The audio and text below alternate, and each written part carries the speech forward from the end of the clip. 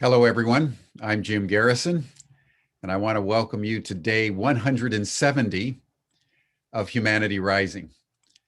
Humanity Rising is an initiative of Ubiquity University and over 300 partnering organizations from all over the world, which have come together to provide an open space on a daily basis so that people can check in and share their experiences and their anxieties, their hopes, their plans, their solutions, their visions, as we all collectively go through this extraordinary and unprecedented pandemic that has put quite literally the entire world in a common experience at the same time.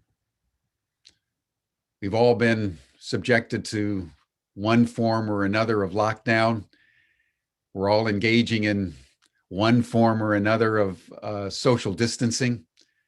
We're being compelled to reevaluate what it means to be human at this critical time, where scientists are telling us that we're literally running out of time to set our affairs in order and recalibrate our relationship with the larger eco-field in which we find ourselves.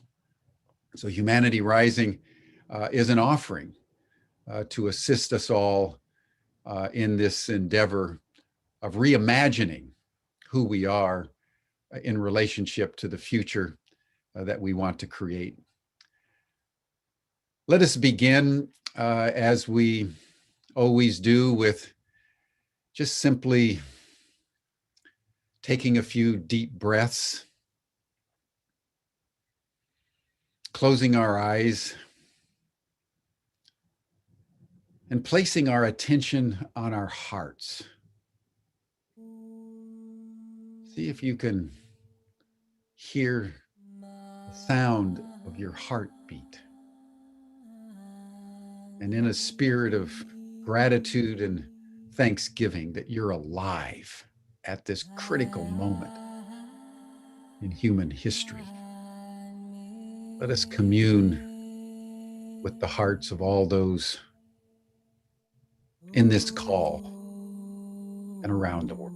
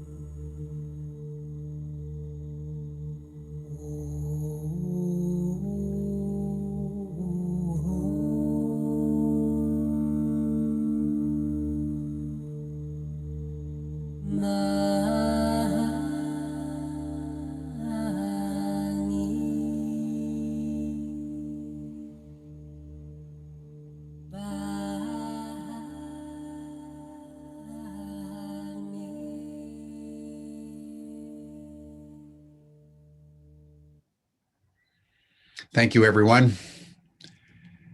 Now, with an open heart and a grateful heart for all of you who have joined our call today, both on the Zoom line and virtually through our 40 plus live streaming partners, we want to take up an issue that isn't very often noted about the world religions. Consistently throughout our sessions on Humanity Rising over the last 9 months, the world spiritualities and the world religions, in terms of their ethos, in terms of their lessons on love and wisdom, have surfaced in one way or another as we've grappled with some of the issues that have challenged us as we traverse this pandemic. Today, we want to take on the world religions as major institutions with infrastructures, with wealth, with land, and with enormous capacity to have influence. Several months ago in one of the discussions, I made the point, which I think is worth noting as we think of world religions, that, think about Facebook or Google, IBM, any of the major corporations in the world, and then ask yourself the question, will they be around in 500 years? 1,000 years? Almost certainly not.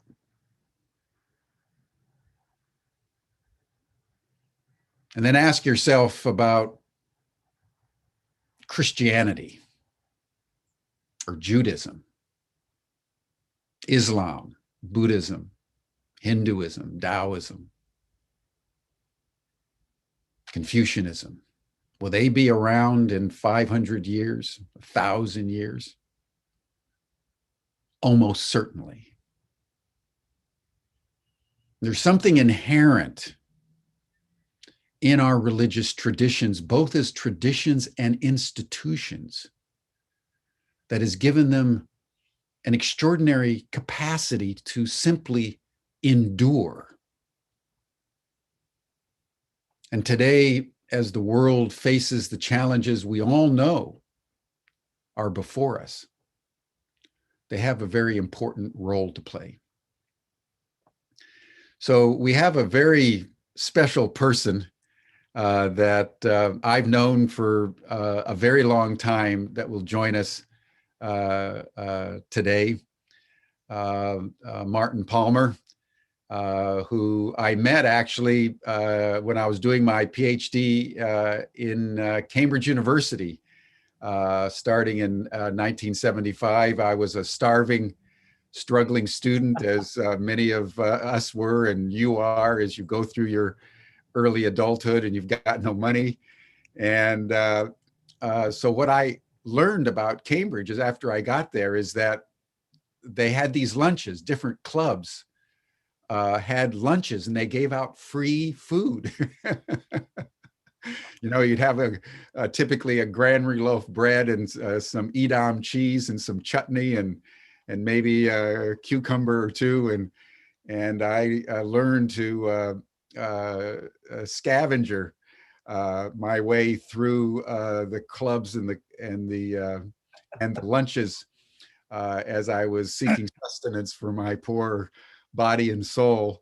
And I started to attend the SCM, the Student Christian Movement lunches, and I was struck by a certain young man, Martin Palmer, in terms of his intelligence and his capacity to articulate with passion issues surrounding the environment, and we became acquainted. And we've been good friends ever since. And Martin went into the environmental movement more deeply and staked out this whole domain of working with the major religions as institutions in the area of the environment. And with Prince Philip, he founded the Alliance for Religion and Conservation that endured for several decades, and most recently has been a founder of Fininvest, looking at the religions in terms of their investment portfolios and capacities, and has been advising Pope Francis and the Vatican as they begin to tackle the issue of climate change. So Martin has been at this for a very long time.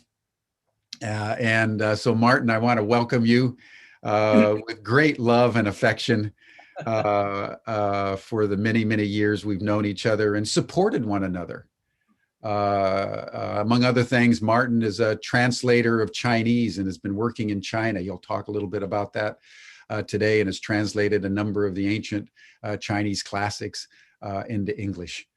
So Martin, welcome.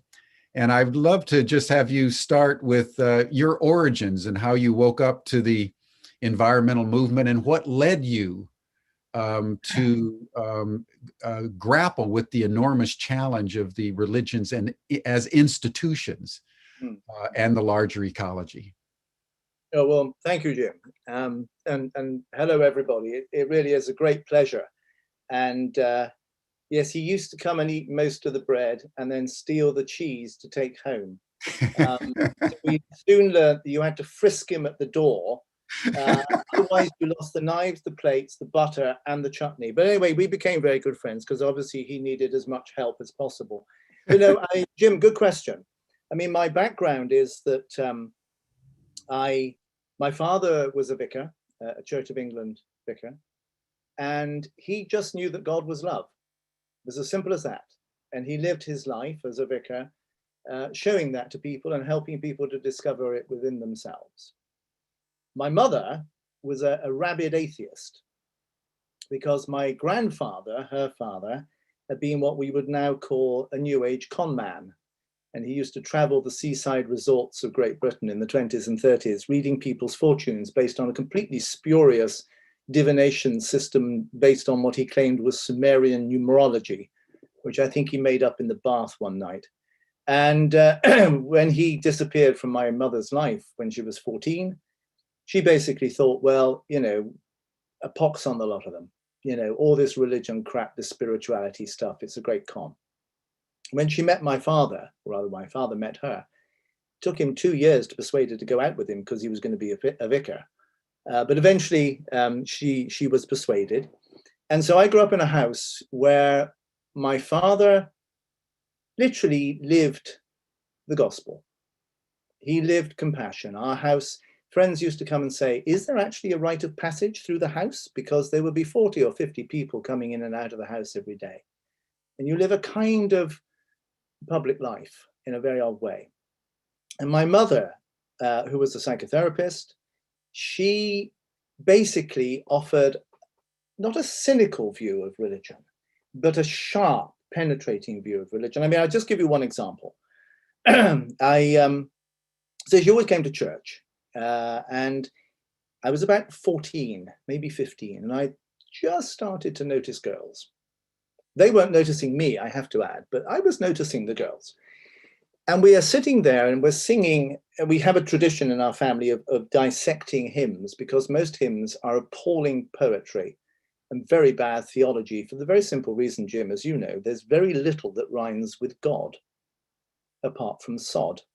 And there aren't many hymns that you can make up with the word sod in, unless it's to do with the earth. And so we used to take hymns apart while we were singing them. And we were singing one of Wesley's more blood-drenched hymns, you know, washed in the blood of the Lamb type stuff. And my mother leans towards me in church, and in what she claimed was a stage whisper, but it sounded to me like a public broadcast, she said, you know, dear, this is all about fear of menstruation. And I'm going, Mother! So I grew up with a passionate experience of how institutional religion, the parish church in England, can help and shape people through the most terrible crises. But with a mother who made me look critically at it and who was a passionate environmentalist. I grew up on what you would call a public housing estate. It was a big working class estate on the outskirts of Bristol, the city that my family had lived in for 500 years. And it was a soulless place. There were no trees, there were no parks, nothing. It had all been built for the people who'd been bombed out of the slums of Bristol in the war. And there was nothing there. And my mother built a wood. She planted a wood. She created, and it's now a beautiful, beautiful wood still, 60 years on, 50 years on. She was a passionate environmentalist, and she suffered on that housing estate because the wood was constantly being vandalized. Animals were being killed and tortured and hurt. It was not a kind world. And she taught me that we are part of nature, not apart from it. That if we have a responsibility, it is to be those who are servants to the rest of creation. And that really was the beginning. And then if you grow up in a vicarage, you have to become an atheist. I mean, you've got to have some sense of self-respect. So I became an atheist at the age of 14, and was then got to the stage in England where you have to do your final exams, your final selection of exams before you go to university. And I was appallingly bad at languages, although I did pick up Chinese later. Terrible at science. And so I was kind of good at the humanities. So you have to choose 3 subjects. And I was going to do English. I was going to do history. Love history. And I was wanting to do geology. I'd loved doing geology.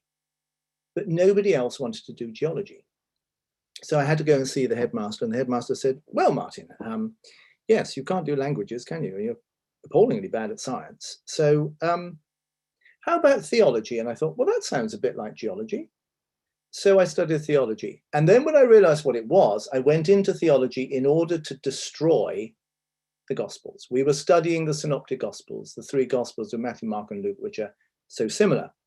And I thought, great, we'll do historical criticism, we'll do literary criticism, we'll just rip these texts apart and we'll find there's nothing there. Only to my surprise, I found a still, small, quiet voice at the heart of the door, the voice of the Christ. And so that then set me off. I then went and worked for a year in Hong Kong in a children's home where I learned to read classical Chinese from a hymn book and discovered Taoism, which has profoundly shaped my understanding of faith and my understanding of Christianity. We can touch on that perhaps later. And then came back and read theology, religious studies, and classical Chinese at Cambridge, which is where, obviously, through previous sins in a past life, I had the opportunity of meeting you, Mr. Garrison. So that's kind of the antecedents. And it was also Taoism that I think gave me a language, a different set of languages for relationship with nature. Because, well, I'll give you just one very simple illustration of what I mean by that. Taoism is the only indigenous Chinese religion. We'll put Confucianism on one side for the moment. Is the only indigenous Chinese religion. Buddhism is still classified, along with Christianity and Islam, as foreign religions. And I've done a great deal of work helping to preserve the great sacred mountains of China. And there are 4 Buddhist sacred mountains and 5 great Taoist sacred mountains. Very early on, I noticed something fundamentally different. If you go to a Buddhist sacred mountain, the monasteries are huge and they kind of squat on the mountains. And there are viewing points from which you can admire the view of nature. If you go to a Taoist sacred mountain, the temples and the monasteries are small. They seem to grow sort of out of the very soil itself. There are no viewing points because you're not the observer. You are being observed. And you are being observed because you are part of the way. You are not some other being that is there to enjoy the scenery. You are there because this is the path you must walk. And I found that wisdom, that sense that we are part of nature, not apart from it, so fundamentally rang with what I believe, what my mother had taught me, if you like. And that has shaped me ever since. Just while we're in China and Taoism, one of the books that you wrote was called the Jesus Sutras. You developed a very interesting narrative of the pathway of Christianity into China and the Sinozization of Jesus into the Chinese culture. Just take a few minutes, Martin, just to talk about the Jesus Sutras. Okay, well, when I went to Hong Kong, I had, through my A-level studies of theology, I had come back to the sort of a beginning of a faith in Christianity. And I was living in a children's home, which was right out in the New Territories. We were right out in the countryside in those days. And it was a sort of hour bus journey into Kowloon, the center of Hong Kong. And I think on the third Sunday, I thought, well, I better go see if I can find a church. So I set off on the bus and I saw a church, and it looked exactly like a church in England, Gothic. And I went in, and it was Gothic. The service was Gothic. The preaching was Gothic. It was awful. It was absolutely dreadful. It bore no resemblance. It had no relationship to the culture we were in at all. It was a complete bubble. I've seen the same phenomenon in Buddhist temples in the West, where they try and pretend that they're still living somewhere up near Tibet, near Lhasa, and not actually next door to Manchester with all its problems. So it's not a phenomenon only of Christianity, this fake transport of a chunk of architecture that very often has very little to do with the heart of the faith. And then I found an old book in a library that talked about the fact that there had been a church in China in the Tang dynasty. Now, Tang dynasty runs from 605 to, from 615 through to 905 AD. And it was an astonishing church, because the little that I could find about it was a thin little book, was that this was a version of Christianity that had adapted itself to Chinese imagery and language and symbolism in the same way, Jim, as you know, as a theologian, the Hebrew nature, the Aramaic nature of Jesus gets shoehorned into Greek philosophy, I think somewhat destructively. But this was a fascinating, but could I find anything about it? No. And then, but for somehow it just spoke to me. This is the kind of faith I want, a faith that, because I was so fascinated by Chinese culture, Taoism and Buddhism and Confucianism is loving. So many years later, when I'd become a translator of Chinese texts, I'd done the Tao Te Ching, I'd done the Yi Jing, the I Ching twice, and various other books, Kuan Yin. I thought, well, why don't I just say to the publisher, I would really like to be commissioned to translate the early Christian texts from China. Now, we have 10 texts, one of which was found in 1625, carved on a massive great stone monument. The rest were found at the beginning of the 20th century in the Donghuang caves in Gansu province on the Silk Road, where they had been sealed up for 1,000 years, along with tens of thousands of other Chinese texts. And there had been some translation. There had been 2 translations in the 30s and 40s, but they'd been done by Protestant missionaries who basically sanitized it, because their great fear of the missionaries was that the Chinese culture would overwhelm the Christian culture, whereas they wanted the Christian culture to overwhelm the Chinese culture. And so I set to translating it with wonderful colleagues like Eva Wong. If any of you know your Taoism material, you'll know her books. And what we discovered was this extraordinary version of Christianity. No belief in original sin, but a belief in original nature, which is a very core Taoist concept, particularly in the writings of Zhuangzi, one of my favorite writers. And then, and this is a really weird story, I got hold of a book printed in Japan during the war on really cheap paper. And this was a book which had in it a map, which the author said, I've been shown this map. It seems to show the site of a pagoda belonging to the early church in China. And the problem was, it was a Japanese spy map. It was a map showing all the religious centers, but when it would have got back to Japan, they would have put it into the right solution, and they would have been able to see all the military placements, because it was the gap in a 150-mile range of mountains through which you could drive tanks. But because it was just the name of temples, nobody knew where this was, had no idea where it was. And this had flummoxed people for decades. Where was this thing called the Da Chin Pagoda? And so I got this huge magnifying glass out and I peered at this thing like this. And I suddenly thought, oh, I know where this is. Because the next temple over is called Lo Guan Dai. And this is where Lao Tzu was supposed to have written the Tao Te Ching. And I'd been there a month before with the BBC making a whole series on Taoism. So I went out, rang up my Chinese colleagues and said, I think I've found the only remaining fragment of a building of the Chinese church of the Tang dynasty. You know, let's go there. And they all kind of went, yeah, Martin, yeah, no, great. Oh, yeah, you found a pagoda. How nice. Oh my God, how soon can we get rid of him? Anyway, we go, and sure enough, we arrive at this pagoda. We have to ride by horseback over the fields. And it's really like Indiana Jones. And when we got there, we were greeted by this Buddhist nun who was about 4 feet high, who was 114 years old. And she was terribly friendly. And I wandered around trying to work out. When eventually we realized, because of various orientations of the buildings, certain things, we found that this was indeed a Christian church built in the year 650 AD, with a pagoda built in the year 780. And when I realized this and was kind of leaping around with joy, this little Buddhist nun kind of drew herself up to her height and stared me in the kneecaps and said, what the hell's going on? So I said, oh, Tai Tai, I'm so sorry. You know, I think that maybe once upon a time this was a church, a Christian place. And she says, yeah, of course it was. The biggest, most important church in China for at least 300 years. So yeah, why? What's so exciting? They all knew. And then she did something which was astonishing.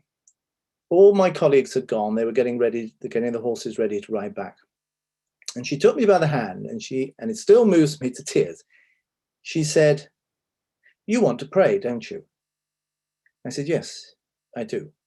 And I said, but I don't want to offend you. I don't want to offend, the fact this has been a Buddhist temple now for so many years. She said, no, don't worry. They will all hear you. And that for me was the most wonderful acceptance of both our diversity and our communality. And then we discovered about 6 months later, the government had put up some scaffolding to protect it, and they discovered some statues inside, which they couldn't identify. And so I was asked to come out again. And Jim, if this was the BBC, I wouldn't be able to use swear words. Can I use swear words on Humanity Rising? Okay, so I have With pleasure. terror of heights. I have a real terror of heights. So I go out, and they built this scaffolding out of, you know how it is in Asia, out of bamboo. And the only way into this pagoda is to climb up, because the inside had been so damaged, climb up 30 feet and go in through one of the windows in the pagoda. And going in through that window, I would be able to see the first of 2 statues that they found that none of the Chinese art historians could say what it was. Anyway, the BBC said to me, oh, great, you're going back, because I'd reported on finding the site. Can you do a kind of live commentary as you go in? So I was strapped up with a bloody great tape recorder thing here, and I have a complete fear of heights. So I got one Chinese colleague in ahead, one below, kind of shoving me up, the other one holding me up. I get to the window, and I am shaking. And I go, well, here I am, and oh my goodness me, oh, well, half the floor has fallen away, and it's covered in dead birds and bits of wood. And then I looked up, and I saw this huge statue, 10 feet high, 5 feet wide. And straight into the microphone, I went, fucking Jesus Christ. Because what I was looking at was the Nativity, the Orthodox version of the Nativity, where Jesus is born in a cave. And this cave was set within the framework of the classical representation of the 5 sacred mountains of Taoism. And then on the next floor, we came across another statue, not quite so big, which showed Jonah sitting outside Nineveh under the gourd tree, complaining God because God was nice. And of course, the Church of the East, its headquarters was in Nineveh, in the Persian Empire. And so this story was one of the great stories they had. So anyway, I realized after about 2 hours of exploring, there was no way that the BBC was going to broadcast fucking Jesus Christ. So down I went, and I faked coming in again. I said, well, here I am. And oh my goodness, half the floor's gone away, and there's lots of dead birds and stuff. And oh, goodness gracious me. And that's how it was broadcast. But we found what is in fact the oldest depiction of the Nativity in the world, in China, done through Chinese art. It was quite an amazing moment. Beautiful, beautiful, beautiful. One of the adventures of Martin Palmer, the spirit of Indiana Jones. And the Jesus Sutras, yeah, it's available. And also, I don't know if any of you know, but there's a wonderful 6-part history by the BBC of Christianity done by my dear friend Dermot McCulloch. And in episode 1, you can see the pagoda, you can see the setting and some of the theology that we explored there. Yeah. Well, good. Well, thank you, Martin. Let's turn to your journey into your partnership with Prince Philip and the Alliance of Religion and Conservation. How did that come to be? Talk to us about religions as institutions and their capacity and what you accomplished during the several decades of ARC. It goes back before ARC. It's quite interesting. I set up what turned out to be the world's first multi-faith education centre in inner city Manchester back in the late 70s. And we took children out into their own city. We were taking about 10 to 12,000 children a year. Your wonderful wife, Claire, was one of my key colleagues there and helped develop these religious urban trails. And we would take them into the city and we would show them the way in which, for example, where Chinatown had come, why Chinatown was there based on Chinese feng shui, the way that they had altered the physical environment in order that the dragon, which they saw as being the hill that Manchester was built on, could breathe, and other things like that. We did tours up to the old Jewish area, which was 1,000 paces from the railway station where the refugees from the pogroms in the 1880s in Russia came, and they walked their 1,000 paces and stopped and built their synagogues there. We explored the Muslim area and the way that that had developed, and again, the way that buildings were orientated and so forth.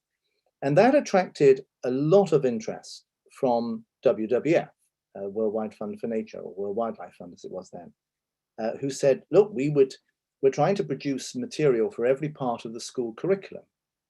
Would you be interested in writing a book on how for religious education in Britain, for those of you who live in a country that thinks you shouldn't study religion? I mean, it's so sweet. We have religious education as part of the national curriculum. You study religion, certainly up until the age of 15. So I was asked to write the first ever book for schools on religion and environment. And I wrote a book called Worlds of Difference. And we looked at 8 different belief systems.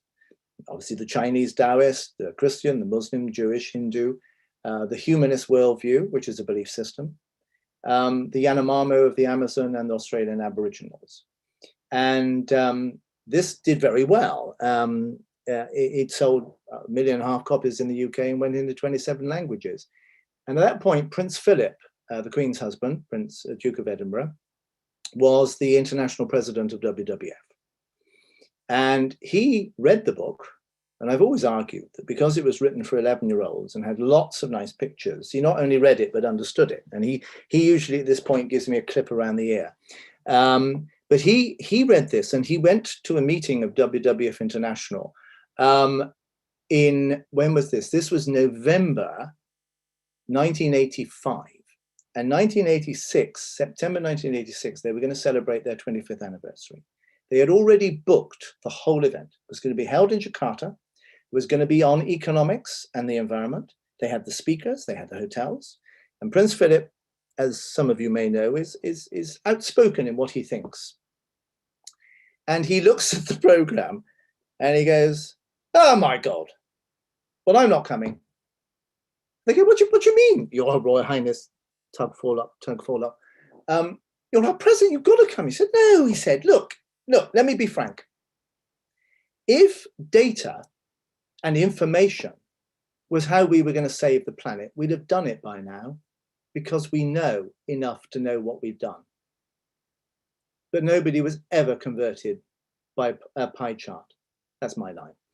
But he said, look, I've just read this book all about how the major religions relate to environment through their creation stories. We'd taken the creation stories. We looked at the creation stories and said, given what you believe about how the world came into being and why, what does that mean about how you would treat it? And he said, look, why don't we, he said, there's only two forces that have ever actually changed people's hearts and minds: art and religion. And for much of history, they've been synonymous.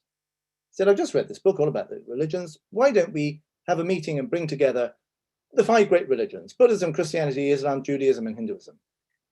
Deadly silence around the board table. These are all kind of post-Christianity, Western white male scientists. And they're kind of going, and then someone says, but where would we go, sir? And he said, well, Assisi, of course, St. Francis. And there's another kind of stunned silence. And someone goes, but isn't that awfully Christian, sir? Whereupon, God bless his cotton socks, Prince Sadruddin Aga Khan of the Ismailis goes, oh, I haven't been to Assisi for years. No, the Muslims will come. So I get this panic phone call the next day from the head of WWF International saying, will you go and see Prince Philip and tell him it's a very bad idea? So Jim, this will come as a terrible surprise to you. I occasionally don't necessarily tell the entire truth. I know you may need to sort of take rest at a moment and breathe deeply, you know, that whole meditation did, just calm it. Okay, fine. So I then say, yeah, sure, I'll go. So just after Christmas, I go up to Sandringham to see Prince Philip. First time I met a member of the royal family. And I go in with the head of WWF International. And the head of WWF International goes, Your Royal Highness, sir, Mr. Palmer's come here just to explain to you why this is not really a very good idea. So he turns to me and he goes, go on then, what? I said, no, it's not a very good idea because I don't think you're thinking big enough. Why don't we hold this event but launch a whole new partnership with every major religion? Why don't we get them to tell us what they believe and then say to them, well, if that's what you believe, what are you doing about deforestation? What are you doing about soil preservation? What can you bring to the table to change the plan? Well, they brought the poor fellow from WWF round with smelling salts, stuck him on a train and sent him off. I sat there for the next 4 hours and we invented the event at Assisi, which was the first time ever that the major environmental groups, not just WWF, and the major religions came together. And then just to finish it off, we finished, and it's all very relaxed at Sandringham. It's their country house for Christmas. And he looks at his watch and he goes, oh, well, you've missed that train. So got an hour and a half. Do you want a drink? I'm thinking, do I want a drink? I've just spent 4 hours planning an entire ridiculous program with the Queen's husband. Yes, I said, yeah, that'd be lovely. Thank you very much. So he opens this side door and we go through and there's the Queen and the Queen Mother and some other member of the royal family. I have no idea what it was. And the Queen comes, she's so charming. She's so short. She's so charming. She comes up and Prince Philip says, so he'd like a drink. So I said, she says, what would you like to drink? I said, a gin and tonic? And she goes, no, I'm terribly sorry. Mother's drunk it all. The Queen Mother was notorious for drinking gin. So I said, well, a Bristol cream? She said, yes, I think we can probably manage that. Mother's not very fond of it. So that was my introduction to the royal family. And I have had the great privilege of working with Prince Philip right up to this very day. He contributed to a Sunday morning service on the BBC that I did 2 weeks ago. And he has been the best of mates. He can be difficult. We have had massive rows, but we've been good mates. So and therefore he got us, we then designed the Assisi event. Again, your beloved Claire came and was my main organizer. She would probably put it, she was the main organizer, and I was the one who just went around going, isn't this great?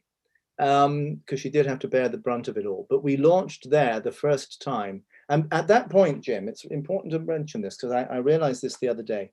I'd been sent around the world by Prince Philip to see what else was going on religion and environment in the 9 months before, from Christmas through to the event in September 1986. There were 2 religious environmental programs at that time. One was Arosha, a Christian group who had a nature reserve in Portugal, which was a major migratory bird stopping place. And they created an amazing conservation area there. They had gone there, it has to be explained, as evangelical Christians to convert the Catholics. However, thank God they discovered the birds and felt it was more important there. And the second one was the Buddhist perception of nature, a joint project between Tibetan refugee camps and the Thai Buddhists, headed by an amazing woman called Nancy Nash. And that had produced educational material in Tibetan and in Thai on how the Buddha taught us to love nature. That was it. Now, the UN estimates there's 3.5 million religiously based environmental projects around the world, in parishes, in synagogues, in mosques, in temples. So I think we did all right. I'll say. And what was the pathway? If you look back over the last 30 years, 40 years with ARC and Prince Philip, what, in your view, would be the major achievements, that major breakthroughs that came out of the collaboration? Yeah. Well, as you mentioned, in 1995, Prince Philip and I set up the Alliance of Religions and Conservation, because I had been working as the religious advisor to WWF International. But WWF International was really scared by religion, really scared. It challenged their notion of truth and story. Well, they couldn't handle story. They could not handle that truth is better told in story than it is in an annual report with graphs and pie charts and all that stuff. And I was always saying, look, nobody ever reads your reports. Nobody ever reads them. We also had a policy in ARC. We would not use a word unless it had been used in a poem. So biodiversity, ecosystem deliverables, no.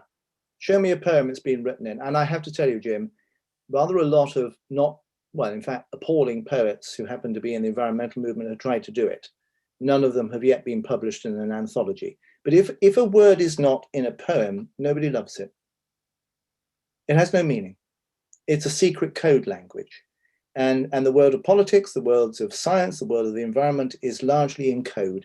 And if you're not inside the tent, then you must be outside. And we were saying, no, the real story is going on outside your tent. And as you said, the most sustainable organizations in the world are the great faiths. We've been through all this before. This is nothing new. This is absolutely nothing new. We've been through this before. So it was that. And I think that, so in 1995, we set up the Alliance of Religions Conservation, gave us the acronym ARC. Now, this works wonderfully with the Abrahamic faiths. They all go, oh, Noah, well, that's a clever title. Falls flat as a pancake with the Hindus, the Jains, the Sikhs, the Shinto, the Taoists, the Confucianists, the Buddhists. They're all going, oh, yeah, okay, ARC, yeah. So anyway, it worked with half the world's population. There were a number of things that were the breakthrough. The first real significant breakthrough was that we realized, I was asked to do an atlas of religion in 1997 and to survey what the faiths owned, did, and controlled around the world. It was a complete eye-opener. Nobody had ever produced an audit of what the faiths owned before. And what we discovered, we did a second one in 2007, and then we built a whole program around this, is that the faiths still run 50% of all schools around the world. They run a third of all universities. They run nearly a half of all medical facilities, clinics, hospitals, etc. They are the third largest investing group in the world, with around about $12 to $14 trillion worth of investments. They own outright 8% of the habitable surface of the planet, and a further 15% of the surface of the planet is considered sacred. They may not own it, but because they are there in their temples, their churches, their mosques, the environment is protected by a kind of penumbra of holiness. And they publish and run more television stations, radio stations, newspapers, magazines than the whole of the EU, even when we were still in it.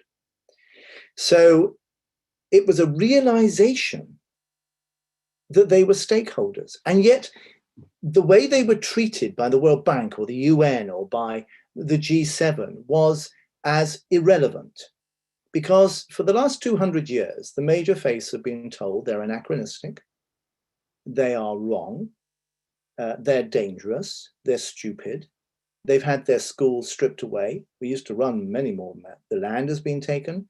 Hundreds of millions of believers have been slaughtered because they believed. More people have been killed by secular ideology from the faiths in the last 120 years than in all the wars of religion, by a factor of 5. So if we're going to talk about religion always bringing violence, no, look at secularism. Look at nationalism, look at fascism, look at communism. And so the faiths, in many cases, are still in a state of almost shock. And so the usual response of religious people to an issue was that they could only ever manage to be a gadfly, an irritant. So when, for example, well, let's take the Jubilee campaign in 2000 for debt relief. The approach of the religions was, we must get the banks and the national governments and the World Bank to remit the debts that are owed by the developing countries. And they protested and they marched, and it was all tremendous. And you know, Jim, as well as I do, if you want to get attention as a shareholders meeting with, say, Exxon, then what you do is you send in a nun dressed in a habit, because there's no point sending in all these nuns that won't wear a habit because nobody knows they're a nun. Well, you can tell, they all look alike. But anyway, you want them in the full wimple and the lot. And then you want them thrown down the steps by the security guards at the end. And that's your photo opportunity. And so we have grown up with this idea that the role of religion is to be an irritant. What we realized was they were stakeholders. And that what was happening was the stakeholder part of the faiths, the investment boards, the property boards, the school boards, were just getting on with business as normal. They were part of the problem. They were not actually realizing that what they did with their assets, whether that was financial, moral, spiritual, printing, publications, broadcast, schools, universities, was where we should be making the difference. Because, well, I take a simple example. As the third largest investing group in the world, and by the way, we're not called FinTech, we're actually called Faith Invest. Just to correct you, Mr. Garrison. So if anybody really wants to see, Jim never was very good at knowledge and information. He just made it up as he went along, which is why I love him so much. I do the same. So if you want to look up what I do, it's www.faithinvest.org. Faith Invest has been set up by the major faiths now in response to a challenge from the UN with the SDGs, the Sustainable Development Goals. Sustainable Development Goals can only be achieved through investment. They cannot be achieved by charitable donations or grants from USAID or DFID or CEDA. It's got to be that we change the nature of business to invest in a sustainable world. Well, the faiths are the third largest group. We are beginning to turn them. We've moved already $1.5 trillion worth of religious investment has now committed to go into proactive investing. We know what we said to them, we know what you're against. You're against apartheid, you're against the civil rights, abuse of civil rights. Those were the two great movements in the 60s and 70s that you were involved in, Jim. We know they're against petrol now and fossil fuels. The faiths are the largest disinvestors from fossil fuels in the world, way ahead of any other sector of civil society. So we said, we know what you're against, because religions are quite good at being against things. We said, what are you for? And so Faith Invest exists in order to help the faiths make the commitment that they will move their investments. And we ask them to go back to their core beliefs. Then we ask them to say, well, what are the values that come from those core beliefs? This is tradition by tradition. So the Presbyterian Church in the US, the Methodist Church in the US, the Sikh movement in the US, they go back to their core texts. What are the values that come from that? How have those values influenced you in terms of negative screening? So the Muslim ban on usury, the Jain ban on anything that kills any form of life. What are you against? What won't you do? And now, therefore, what will you invest in?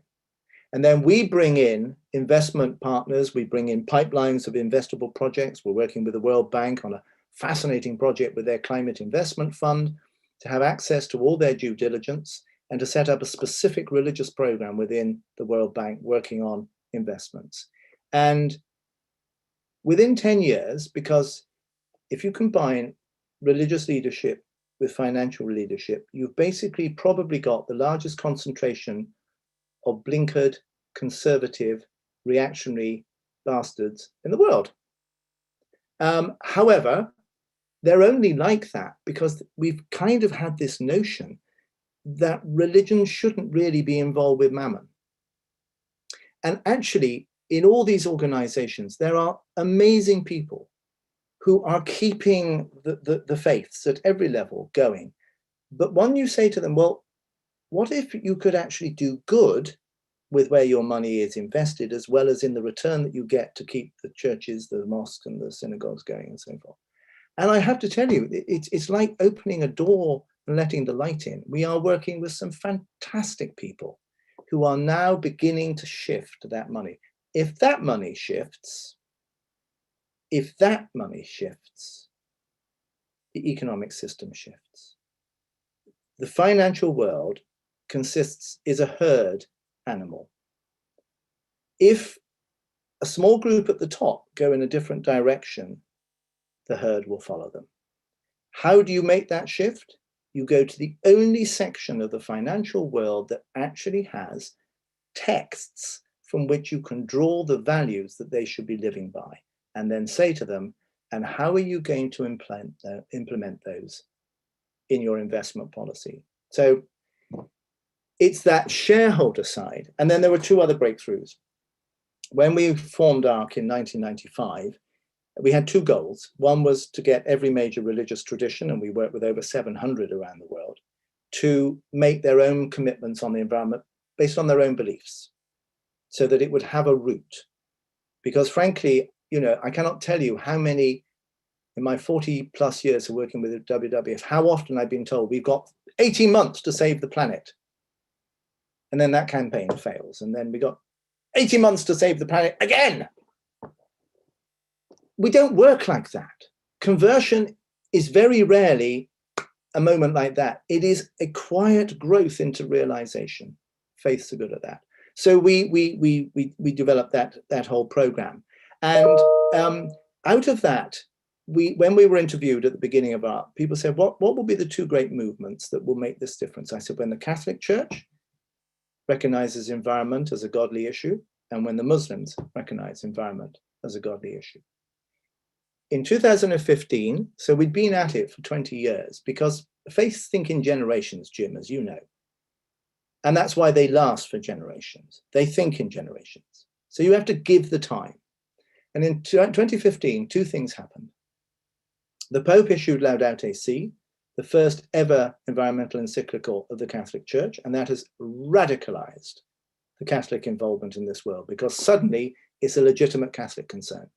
And the second thing that happened is we helped the Muslim Union of Indonesia, which is the largest Muslim organization in the world, 42 million members, 800,000 mosques, to issue the first ever fatwas, these teachings that something is utterly against the beliefs of the faith, and that you will go to hell if you do it, against the illegal wildlife trade and the illegal forestry trade.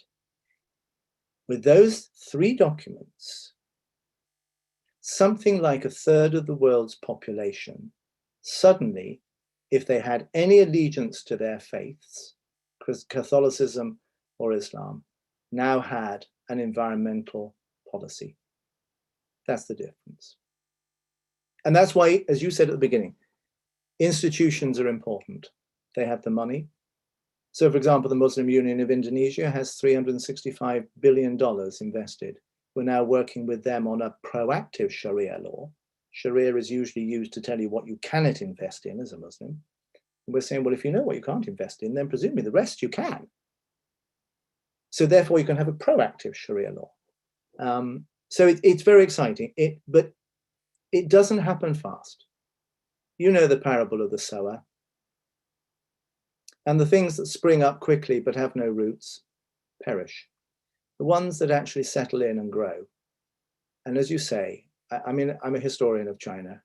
I know that in 400 years' time, when you take down a 200-page history of China, you will find the Chinese Communist Party dynasty, which will have lasted probably 100 years. on pages 110 to 118. That's it. It will pass. I translated The Three Kingdoms, you know, that wonderful novel, Chinese novel, which opens by saying, empires come and empires go, but the Tao goes on forever.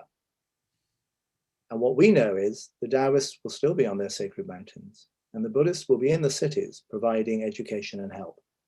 Long after the Chinese Communist Party is simply chapter number 7 in a 12-chapter history of China.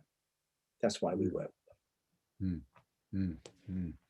Beautiful, beautiful story. And just want to applaud and acknowledge your leadership, Martin, in this whole domain, and your patience to stick it out, and obviously with great patronage with the Duke of Edinburgh and the World Wildlife Fund, etc. But it's been, knowing you as I've known you, it's been quite a journey. That is moments, mate. Let's talk for a moment specifically about the Vatican now, and your relationship with Pope Francis, because, you know, after Benedict and John Paul II, etc., you know, there were many pessimistic viewpoints about the capacity of the Vatican and the Catholic Church to be as resilient as it needed to be, given current complexities. And then along came Pope Francis, and tell us your journey with Pope Francis, and what the Vatican is up to now as they become increasingly proactive, particularly in the area of climate change. Well, I mean, as you rightly say, I mean, I think many of us were kind of beginning to write the obituary of the Catholic Church, particularly under Benedict. I think he was the wrong man at the wrong time, but he had the wisdom and the humility, not often a feature one finds in senior leaders, to retire. He knew he was in the wrong place. He could not do what was called for. I don't think he necessarily foresaw Pope Francis, but he made the space for that to happen, and indeed for the Holy Spirit, as I believe, to move hearts and minds and to put the right person in the right place. Let's be frank, Francis is fighting an incredibly difficult battle against the conservative forces in Catholicism, particularly in the United States. In fact, the United States,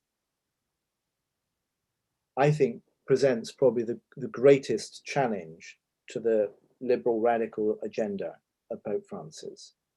And it's very distressing. It really is very distressing.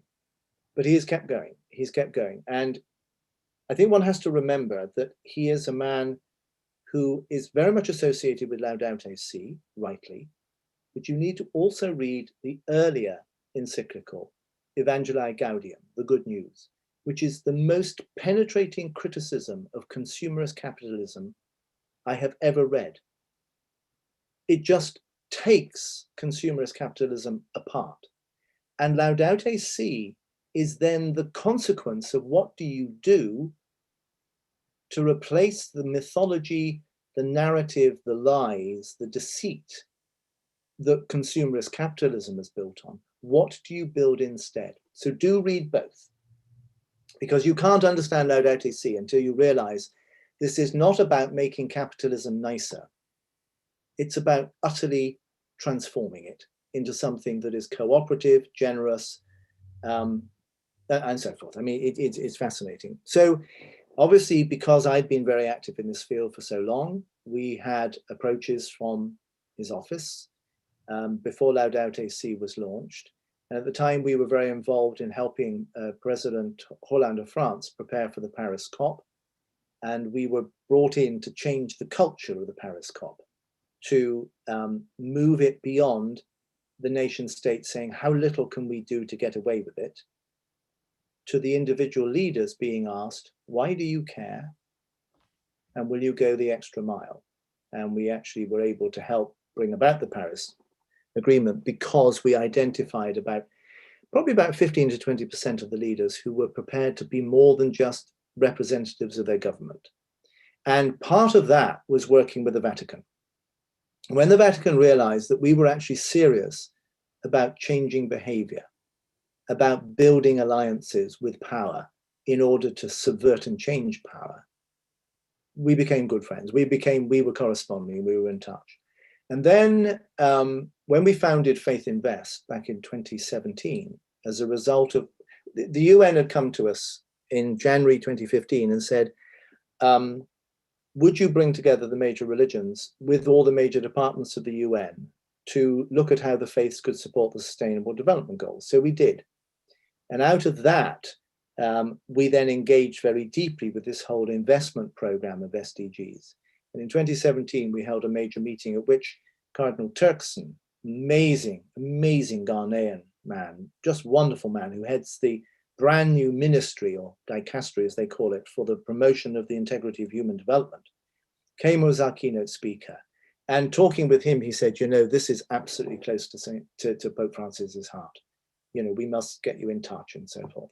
And so really over the next, from 2017 onwards, we have helped develop a Catholic Green Entrepreneur Program with the UN, as well as a Hindu Green Entrepreneur Program, a Taoist, Buddhist, and Confucianist Green Entrepreneur Program. In other words, how do you do entrepreneurial business with a value basis derived from the major faiths, from your major faith? And that was very successful. That's been hugely popular on the UN website, UNDP website.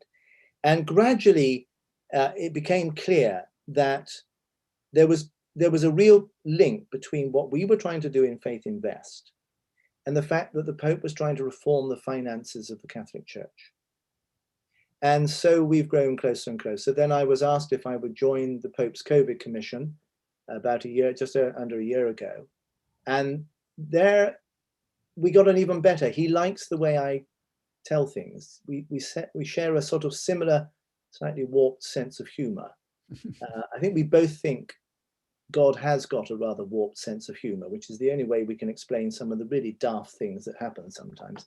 But there we are. It's that whole angle there. So we've worked very closely in developing the 7-year plan for the Laudato Si rollout. And we now have around the world over 100 other religious organizations, from the Church of England to the Methodist Church, to the Shinto of Japan, to the Taoist of China, to the Buddhists of Thailand, who are committing themselves to prepare a 7 to 10-year plan on how they will implement environmental, including climate change, deeply into their liturgy, into their buildings, into where their assets are, into their training of staff, into their celebrations. We helped create Creation Tide by accident with the Ecumenical Patriarch, and really embed this so deeply in the faith that it cannot be taken out ever again. I'll give you one example. Early on, Prince Philip and I, when we were discussing how do you get something inside an organization that it can own as its own, and we said, well, why don't we try and get the Orthodox Church to create, because we were working very closely with the Orthodox. Prince Philip was baptized as Orthodox. And he said, why don't we try and build into the Orthodox calendar a particular day each year, which is the day of creation, the day of the environment, the day of nature, whatever title they want. And then let's plan sort of a month before, a whole program of resources and educational materials. So we did. We launched that in 1989. In 2011, we helped create EcoSeek, which is the big Sikh movement worldwide. And we said, why don't you create a special day? And so they created March the 14th, which is the birthday of the 5th guru, who has a strong link with nature. And this has been unbelievably successful. I mean, tens of thousands of Sikh temples and schools and organizations now celebrate Environment Day, Sikh Environment Day. And I was at a Sikh temple in the Punjab in 2018. There was a group of young women who were talking about all this. And they were telling me what they were going to do for Sikh Environment Day. And I said, isn't it fantastic? I mean, this only started in 2011. And they looked at me as though I was mad. They said, no, we've been doing this all our lives. That's the power of religion. It makes the abnormal normal and keeps the energy. That's the power of it. So that was incredibly important, actually embedding it within the faith because they embedded it themselves. We don't tell them what they should do. We get them to explore their own teachings, and it's been powerful. So with the Pope, we have the whole thing of St. Francis Day, October the 4th. And now with the COVID Commission, there is also, of course, the Paris COP. There is the COP26 coming up in Glasgow in November this year. And the Pope has asked us to work with him to bring together the major faiths to make major commitments, which is what these faith long-term plans are. And I have to add one thing here, because I know that Bob Rees is listening or watching. Hello, Bob.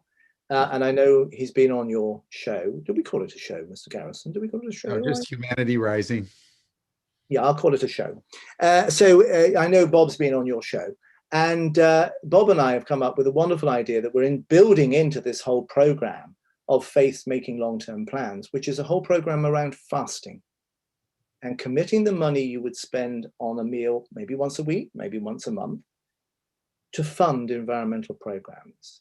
And we're just beginning to roll that out because the faiths can ask you to do, we as faiths, we know we can ask you to fast and live a simpler lifestyle. We can do it in Lent or Advent. We can do it in Ramadan. We can do it in Pansa in Buddhism. But unlike the environmental movement, we don't tell you you can never, ever have fun ever again. We party. We have Easter. If you've ever been in a Muslim country at Eid al-Fitr at the end of Ramadan, blimey, don't plan to sleep that night. You won't be able to. The noise is horrendous. So what the faiths know deep down is we can ask for simplicity, and then we celebrate that we have lived a simpler lifestyle, and then we're able to do it again. The problem, the psychological problem of the environmental movement is it's all about what you can't do. Faiths are about that, and they wed it with what you can do. And there is a wonderful Jewish phrase, which is, on the day of judgment, you will be judged and condemned for every legitimate pleasure you could have enjoyed and did not. Now, obviously, Jim, in your case, the word legitimate means it's not quite so attractive as it would be otherwise. But, you know, for most people, legitimate is quite a good working framework. So we'll go with that. So that's the power of it. And the Pope gets this. He gets that if we're going to be changing the world, we've got to sing about it. We've got to dance about it. We've got to be joyful about it. And then, by God, we've actually got to put the resources we have to work. And I love that fusion. And on October the 4th, or there around that, we will be launching these long-term plans in partnership with the Pope. They're setting up a platform for probably nearly 1,000 Catholic organizations to commit themselves to make long-term plans. Because what a Benedictine monastery will do in Zambia over against what the Conference of Catholic Bishops will do in Scotland, or what the Focolare movement will do in France, are radically different. And we don't want them all to be the same. I'm not interested in what unites the faiths. I'm interested in what they bring to this distinctive. And that's as much true with the Catholic traditions as it is with any other. So he's fun to work with. Good. Well, I think people instinctively trust Pope Francis. I think they're right. Struck by the genuineness of his heart and the authenticity of his humility. That was very clear, very quickly. So I'm very gratified with what we're sharing about him. So as we bring this to a close, Martin, just two final questions which you could comment on together. First, given everything you've been through, what would you say looking forward is the major challenge or challenges confronting the faiths and ecology? And then I'd love you to conclude with how all this work, both in faith, ecumenism, the environment, and social justice, how has that shaped your own spirituality, your own faith? Okay, that's two good questions, Jim. I think looking forward, one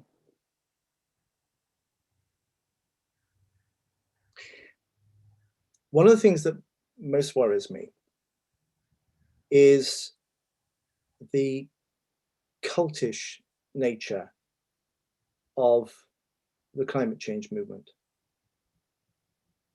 Because climate change is not the greatest issue that confronts us.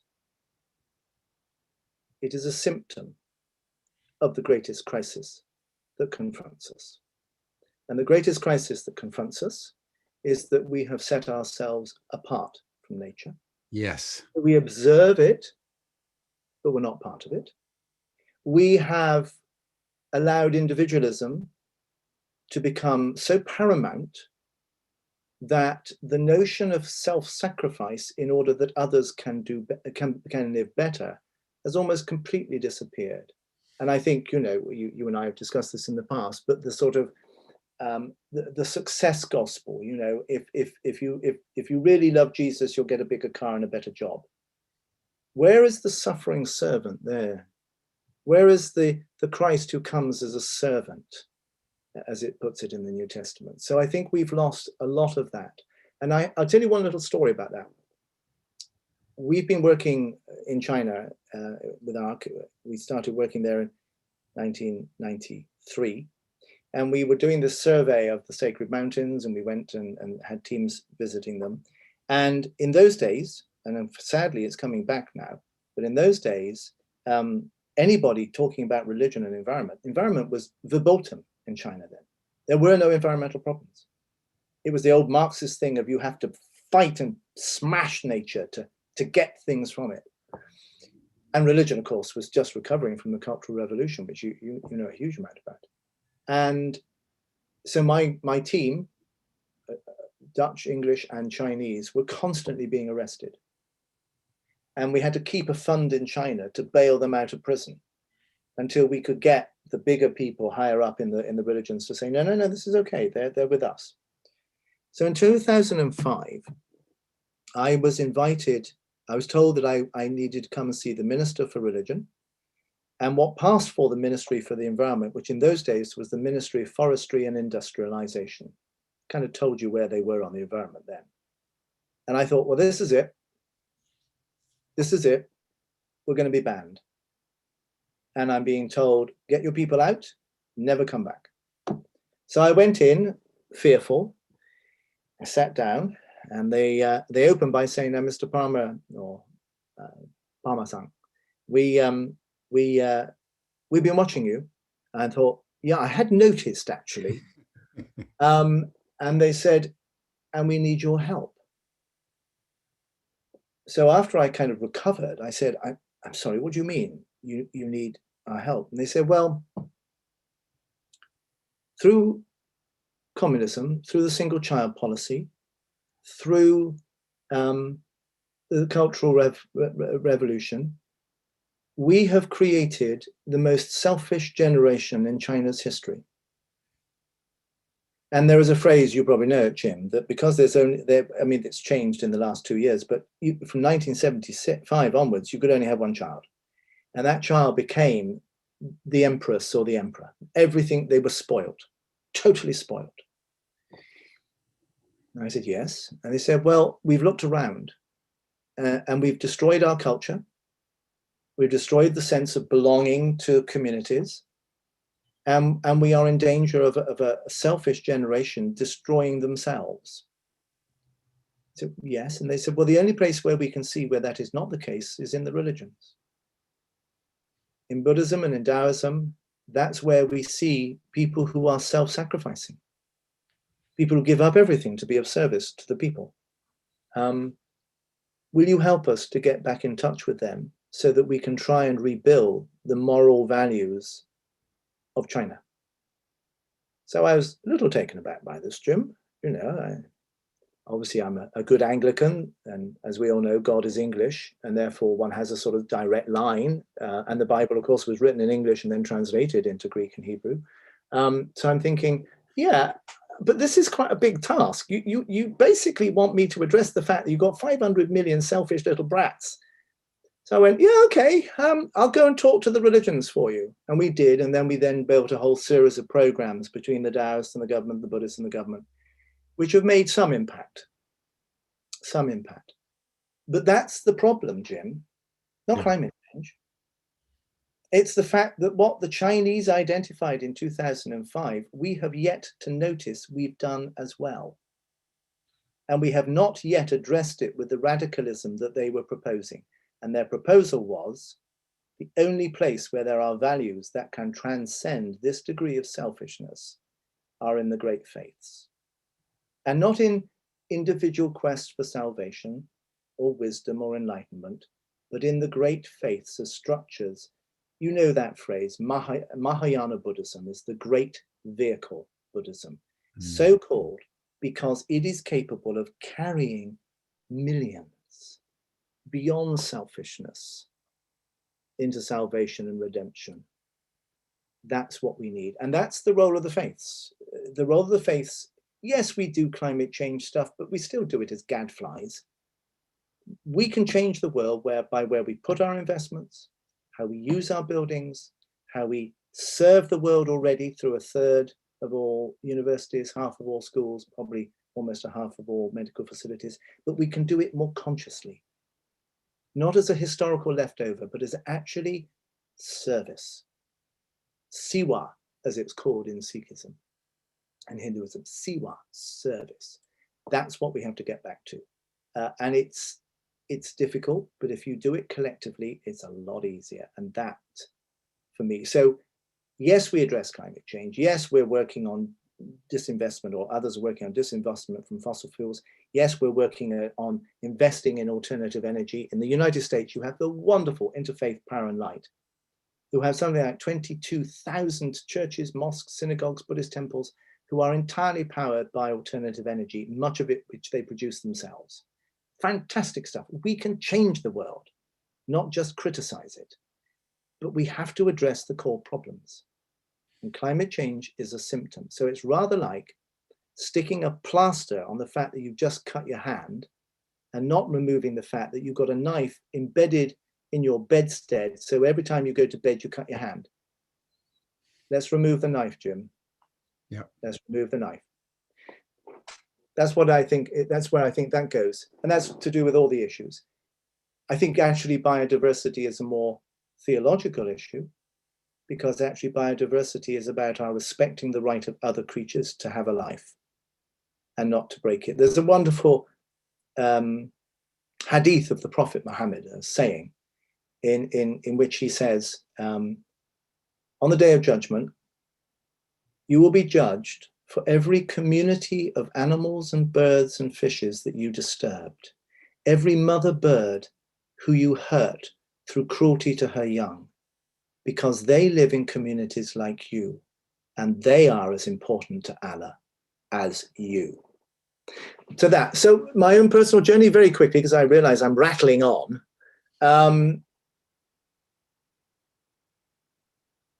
As I say, when I was 18 and wanted to destroy Christianity and the Gospels, and used historical criticism and literary criticism, which is what I also use when I'm translating classical Chinese texts, there was a still small quiet voice at the center of it I could not ignore.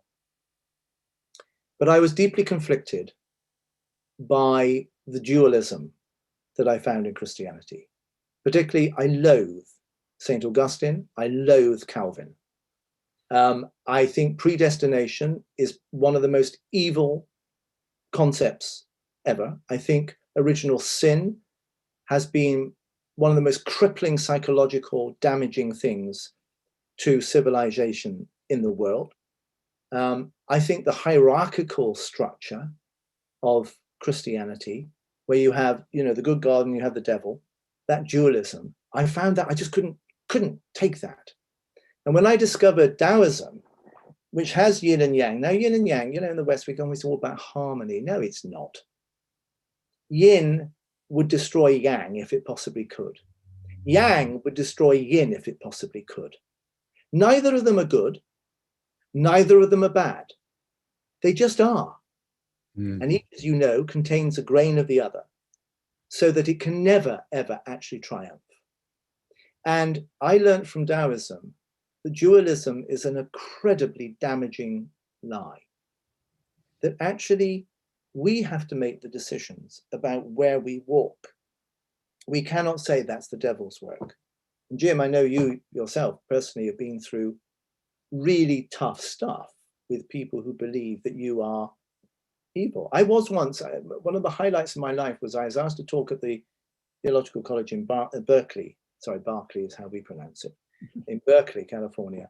This was in 1987 about religion and environment. And somewhat to my delight, there were 500 protesters who turned up, because many Christians then felt that the environmental destruction was a harbinger of the end of the world. And they wanted the end of the world because Jesus would come in glory and there'd be no more sorrow, no more sighing. And they were denouncing me outside as the forerunner of the Antichrist. Now, talk about being let down. I mean, who wants to just be the forerunner of the Antichrist?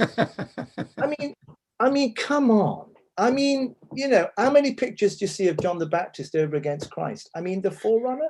Very disappointed. But anyway, so I just couldn't handle that sort of schismatic thinking. And in Taoism, I found a language for diversity, for difference, for variety that carried none of that crap. And then I found in the Jesus Sutras a gospel that did not only, it didn't even dawn on them to think about original sin, they talked about original goodness, original nature. And then I have learned a huge amount from Judaism because, as you might have gathered and your audience may have gathered, I quite like humor.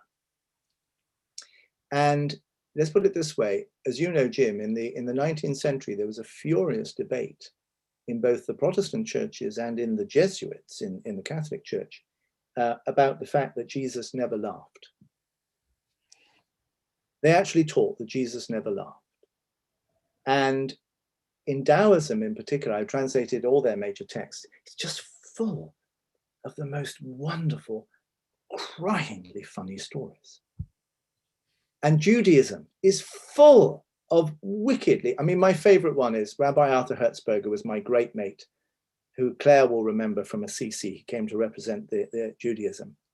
And he was once on a TV show with Billy Graham. And the interviewer, who was obviously a Christian, at the end said, "Now, gentlemen, I just have one question. Billy Graham, what will you say when our Lord returns?" And Billy Graham said, "Well, I will say, my Lord, my Master, I'm here to serve you as you want," etc., etc. And she turns to Rabbi Hertzberg and says, "And what will you say, Rabbi?" And Arthur Hertzberg said, "Oh, well, I say, is this your first time or have you been before?" And I just love humor. If you can't laugh at your beliefs, they're not strong enough to take the weight of seeing the ridiculousness of much of what we do in the name of religion or environment or anything else.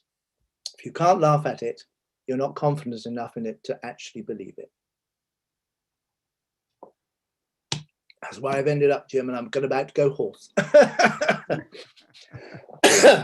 Well, Martin, thank you so much. This has been a delight. It has been brilliant. It has been inspiring to know that after all these decades, the most fundamentally sound and capacious institutions in the world are beginning to lumber in the right direction. Absolutely. Of saving the planet. And you've been a catalyst in that regard. And so I just want to acknowledge you and thank you for everything that you've done. Thank you. It's been a joy, Jim. And thank you all very much indeed. If you want to be in touch, it's faithinvest.org. Be delighted to hear from you. And congratulations, Jim. I keep hearing about Humanity Rising from so many different quarters. You've created something that, well, I know you well enough. Nobody else could have done this. So congratulations to you too, mate. Thank you. Thank you. Well, it's been a joy. I mean, like you, I think everyone, what bonds Martin and I together as brothers is we're doing what gives us the deepest joy. And that is living large, doing as much good work for the world and the future as we possibly can in a spirit of love and gratitude for just simply being alive at this precious, precious moment. So thank you, Martin. A joy. Thank you so much. And my love to Claire. Yeah. And then everyone, tomorrow, we will turn to the issue that we thought would be inherent in what Martin has talked about today, and that is how do we live in a spirit of biomimicry if we are part of nature? And as Martin has rightly pointed out, it's our feelings of separation from nature that is at the core of all of our problems, including climate change. How do we begin to shape shift and understand that biomimicry, in effect, is the new Torah, and that the Torah had it embedded, and Martin and others are shape-shifting these religions to understand the deeper yearning of humanity to be one with nature, and how we can begin to live in accordance with natural law and natural systems and natural rhythms. We're not separate from nature, we are nature. So that's tomorrow on Humanity Rising. Martin, I love you, man. My brother. Thank you, everyone. We'll see you tomorrow, same time, same station, 5 o'clock p.m. Central European Time on Humanity Rising. Bye-bye.